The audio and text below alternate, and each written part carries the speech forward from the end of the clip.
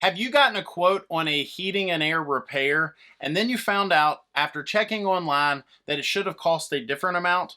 I'm going to go through just a few things that you might want to think about when you're comparing what something you read online versus an actual estimate you've gotten from a technician. First, let me just say, if you think for any reason that an estimate is too high or not fair, I would always recommend get a second opinion. It's not that big a deal, and most heating and air guys usually don't care. So I can tell you, if I had a customer that said, well, I think your price is a little high, I'm going to do some shopping on that, I'm going to look around, it would not bother me at all. I'm confident that I'm giving a fair price for the work that I'm going to provide to that customer. It would not bother me at all if a customer decided that they would like to look around.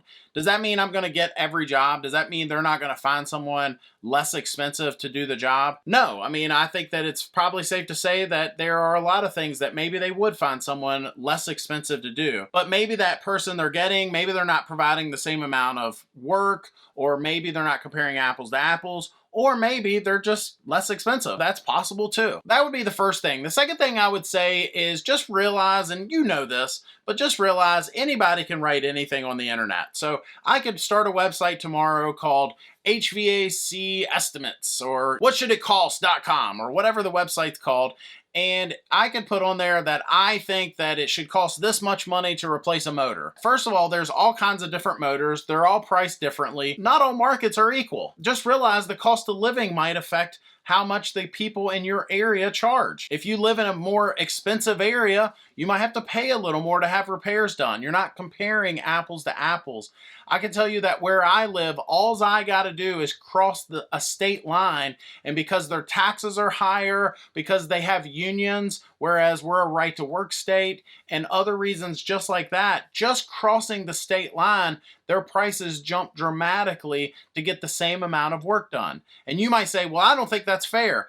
I'm just telling you the facts. I'm not debating politics or what's fair or what's not. I'm just telling you that if you live in a more expensive area, the cost of living or the market or whatever may affect how much your repairs are. And the last thing I'll just point out is if that website, if the web page that you're reading from is older than a year, and I mean a year, maybe even older than 6 months. So if you're reading from a website that's 5 years old, for example, you are not getting accurate information. I can tell you that a lot of materials and equipment and just things in general, just in the past 6 months, have jumped in price. Again, if you're reading from a website that says, oh, it should cost between $200 and $400 to do this repair, and now you've got a repairman saying, no, it's going to be $500 or $600, just realize the information you're getting may not be accurate. Anyone can write anything on the internet, and again, I would just recommend that you get a second opinion or a third opinion if you feel necessary to make sure that you're being treated fairly. So thanks for watching. Hit that subscribe button. We'll see you next time.